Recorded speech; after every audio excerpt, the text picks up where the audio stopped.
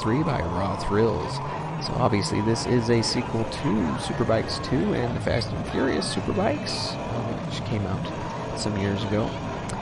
It still uses a swivel bike controller with some really nice detail on it. It's a little bit of a cross between the Superbikes 2 bike and the MotoGP bike, which is the most recent motorcycle racing game that Raw Thrills released.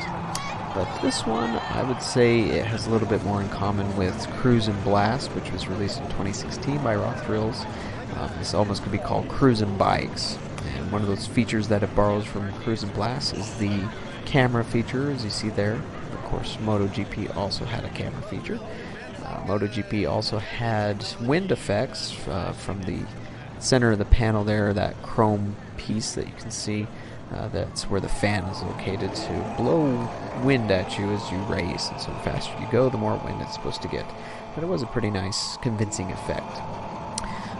The main thing that operators were talking about when seeing this at IAAPA was the look of the cabinet. It looks really, really nice, very sleek. The marquee is really cool as the letters appear to hang in mid-air.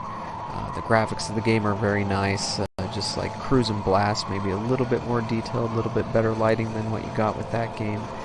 But overall, the cabinet is the star on this so far. For the game itself, well, it's Superbikes, just looks prettier. While it does have the camera feature and a new kind of photo finish when you cross the finish line, the racing itself is supposed to be over the top, pretty casual. You can't really crash. If you do run into the side or something, it just kind of pushes you back onto the throwaway. And there's plenty of stuff to run into and other over-the-top, unrealistic situations just to make it almost feel like you're driving through a movie or something of that nature.